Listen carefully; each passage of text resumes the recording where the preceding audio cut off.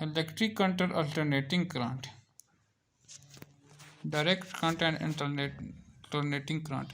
Cell या battery से हासिल का करंट डायरेक्ट करंट डीसी होता है क्योंकि इसकी सीमत एक ही होती है और इस करंट के सोर्सेज को पॉजिटिव और नेगेटिव टर्मिनल की पोल्स में तब्दीली नहीं होती, लिहाजा डायरेक्ट करंट का लेवल वक्त के लिहाज से मुश्किल रहता है।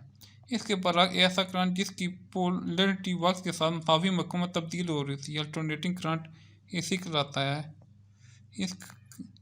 इस किस्म का करंट एसी जनरेटर से हासिल होता है।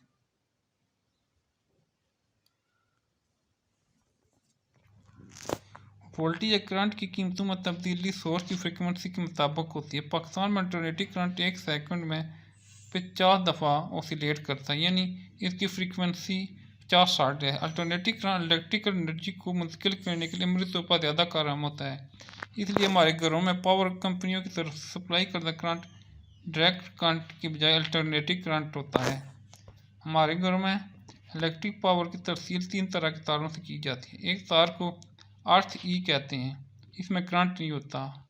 अर्थ वायर को घर के करीब ज़मीन के अंदर गहराई में दबी हुई बड़ी दाती प्लेट के साथ जोड़ जाता है। इस तार का पोटेंशियल 0 रखा जाता है और इसको पावर स्टेशन में अर्थ के साथ जोड़ दिया जाता है।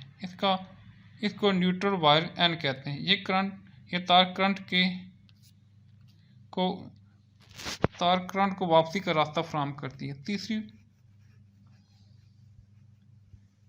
वायर का पोटेंशियल बहुत ज़्यादा होता है, जिसको लाइव वायर कहते हैं। लाइव वायर और न्यूट्रल वायर के दरमियान पोटेंशियल डिफरेंस 220 वोल्ट होता है। हमारे जिस्म में करंट बसानी घुस सकता है, इसलिए ये अच्छा कनेक्टर। अगर कोई शख्स लाइव वायर को छूता है तो करंट इसके जिस्म से बहता हुआ ज़मीन में चला जाएगा, जो कि ख़तरनाक हो सकता है। तमाम बरकी आलात को न्यूट्रल और लाइव वायर के साथ जोड़ा जाता है, इसलिए तमाम आलात को पावर ऑफ सोर्स के साथ पैरेलल तरीके से जोड़े जाते हैं ताकि इसका पोटेंशियल डिफरेंस यकसां हो।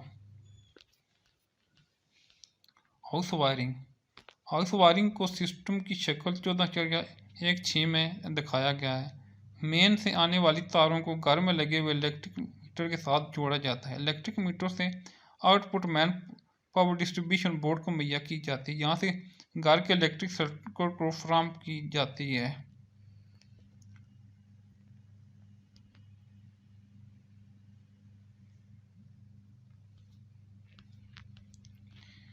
मेन बॉक्स में तकरीबन 30 एम्पीयर का फ्यूज इस्तेमाल होता है।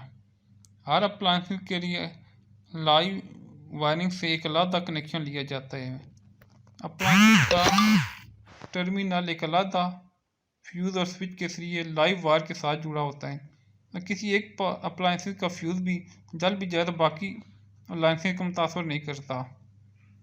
हाउस सर्किट की वायरिंग में तमाम अप्लायंस को एक दूसरे के साथ पैरेलल तरीके से जोड़े जाते हैं। इसका मतलब है कि हर अप्लायंस का वोल्टेज ज़मीन के वोल्ट के बराबर होता है। अगर हम किसी भी अप्लायंस को इन्फ्रारेड तौर पर ऑन कर सकते हैं।